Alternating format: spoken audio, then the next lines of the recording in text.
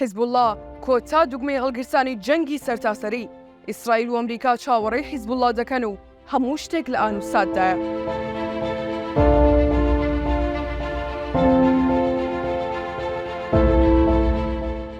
دوای شەڕی گەورەی حزب الله لەگەڵ ئیسرائیل لە ساڵی 2006 بوو، بەڵام ئێستا حزب الله خاوەنی چەکی پێشکەوتوتر و سەربازی شەڕکەری زیاترە بە جۆرێک بەهێزترین هێزی سیاسی و سەربازی لوبنانە و تەنانەت حکوومەتی لوبنان ناتوانێت پێش بە بڕیارەکانی بگرێت.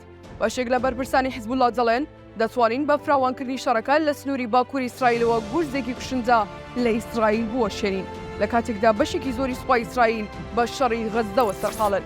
بەڵام لە ئێستادا حزب الله بۆی حساباتی نەوخۆی و ناوچەییەوە خۆیان بە دوور گرتووە و تەنیا هەڕەشەی ڕاگەیاندنە.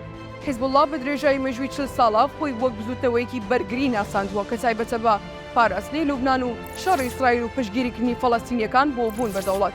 بەڵام دوای 26 ڕۆژ لە شەڕی ئیسرائیل و حەماسیاوە جەندای و کوژرانی زیاتر لە 50 سەربازی حزب الله لەسەر سنوورەکانی لوبنان لە ئەنجامی پێکدادانە کاتیەکانی لەگەڵ ئیسرائیل تا ئێستا جگە لە دەربڕینی نیگەرانی خۆی گرتووە و هیچ بڕیارێکی فەرمی نێداوە.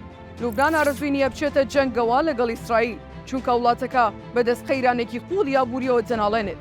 جگە لەوەش ئەگەر حزب الله بەرەی دووەمی شەڕ بکاتەوە لەگەڵ ئیسرائیل ئەوە یارمەتی دۆستە زلهێزەکەی ئیسرائیل کە ئەمریکایە دەدات و دەستکراوەی دەکات بۆ هەموو هەڵوێستێک.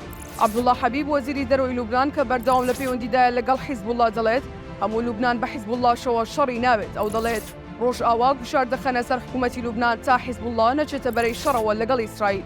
بەڵام ئایا چ گرنتیەک هەیە کە ئیسرائیل شەڕ دەست پێ نەکات بۆی بەیسمان بە فشارێکی یەکسانە لەسەر هەردوولا.